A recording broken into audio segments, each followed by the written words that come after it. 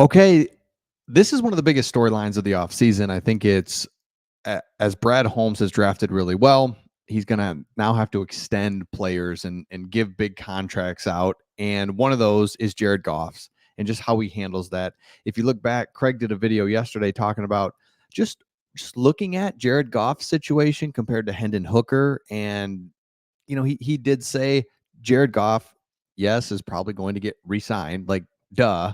But at the same time, it's worth kind of noting what Hendon Hooker can do this year. So Jared Goff is the reason you look to extend him right now is because typically contracts are backloaded because they're accounting for the salary cap to go up. So no different in Jared Goff's situation. It's a big hit to the salary cap this year and next if we don't re-sign him. But if we re-sign him, we can push out, make it a new contract, and these next few years are really manageable. So good news with it is that Jared Goff's contract situation, there's some numbers that have started to float around out there, and it's not that bad. Before we get into that, if you've been watching us for a long time, hit that subscribe button. We're really shooting for 20,000. We really have had a lot of fun doing these videos, doing this for now 2.5 years. If it's your first time watching, don't subscribe. Watch the video and be like, I don't know, maybe I will subscribe to these guys. But if you've been watching us for a while, just hit that subscribe button. We really appreciate that. All right, here's the good news. There's been a prediction of a 4-year, $80 million extension for Jared Goff, including $150 million guaranteed through 2027. Now, here's why this is good. 4 years, 180 may sound like a lot on paper, but it's still quite a ways from the top quarterback market. And smaller cap hits in 23 and 24, 15 million in 23 and 29 and 24 give the Lions plenty of wiggle room over the next couple of years. I think they meant to say 24, 25 there.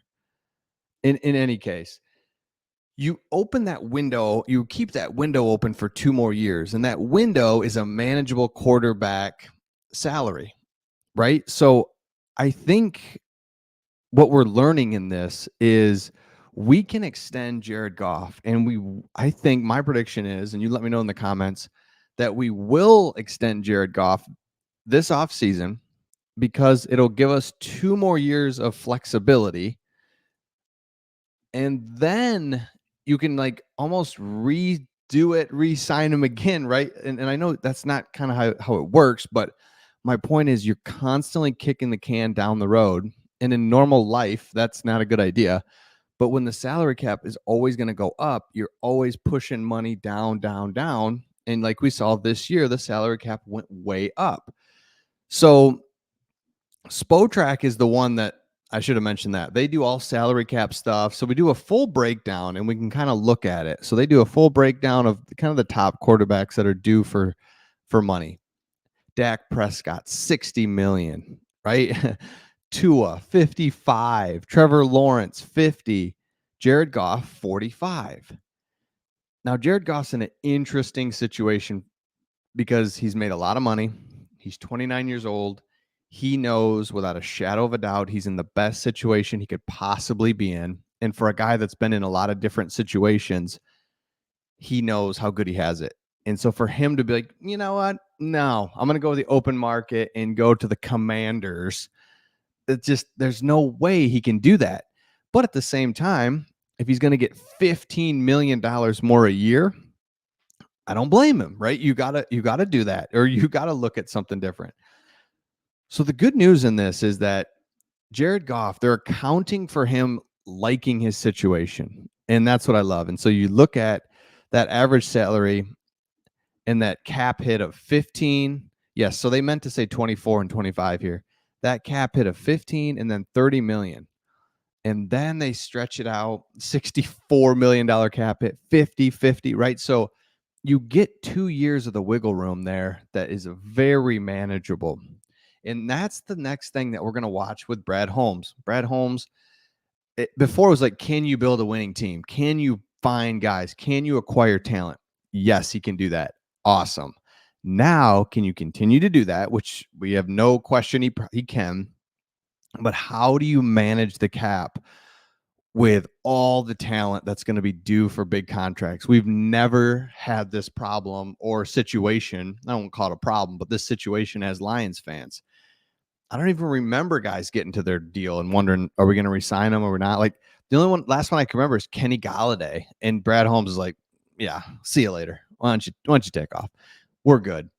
So the Lions are in a good and bad spot with this, because the good spot is all of our guys. I mean, name Penei Sewell. The list goes on and on. I don't have to list them all, but there's a ton of guys. St. Brown, Sam Laporta, Brian Branch, Jameson Williams. All these guys are going to be like, do we pay them? Do we let them walk? And remember, we can let them walk and we get comp picks and we do the cycle all over again. But we want to keep our guys. Like I heard, I can't remember who was talking about it, but it's like, duh, keep your guys. You know who they are. You drafted them. They've been in your system for 4 years.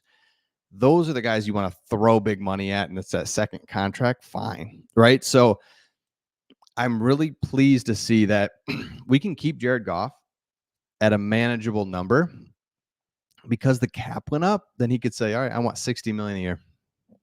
It's like, dang, I don't know if we want to do that. So keep an eye on that. The contract situation with Goff is good. Like I think for me, and you can look back at Craig's video about comparing Hendon Hooker with Jared Goff, and I thought it was really well done, just because Jared Goff's going to cost money.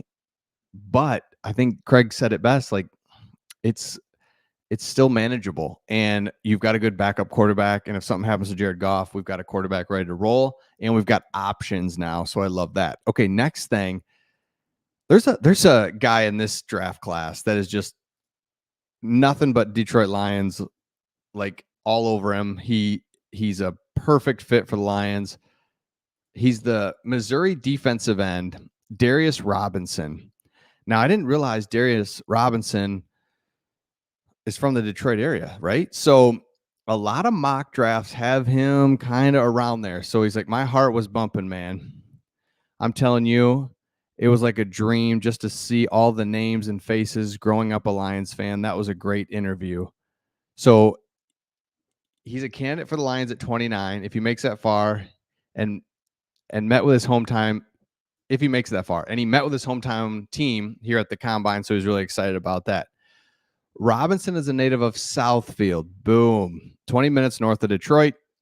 He said he didn't even start playing football till his junior year of high school, and now he's an absolute star. 6'5".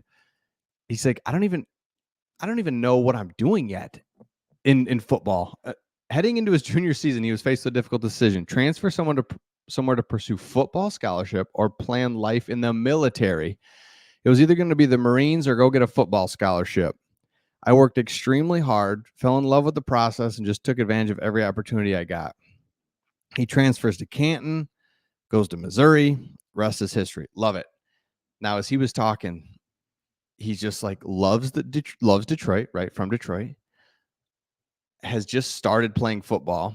Was a defensive tackle, power, strength, size is all there, but just kind of keeps getting longer. And so then he goes to defensive end. So he's got the power and the strength, but then goes to defensive end. He's just like, yep, let's go. Let's go. This guy is just going to be a star. So Darius Robinson, keep that name in mind. He's been mocked to us a lot here at the end of the first round, and I really like that. Also, got the Dan Campbell jersey up. It came kind of weird. It's like a I don't know what it is, but you can't really see the numbers as well, but you still kind of get the gist. You got Dan Campbell, Bobby Boucher, and Barry Sanders. Oh my goodness. Love to see. It's football. It's football royalty right there. Look at that. Bobby Boucher. Let me know in the comments as well. Favorite Adam Sandler movie. We talked about it a couple weeks ago. A lot of good Adam Sandler movies, because we're out of like the hate of Adam Sandler. So now you can look back and see what you liked. Because there was a moment like he was making movies every year. You couldn't even keep up with what was good and what was not. Waterboy, obviously love it. So let me know your thoughts in the comments, and we'll see all of you on the next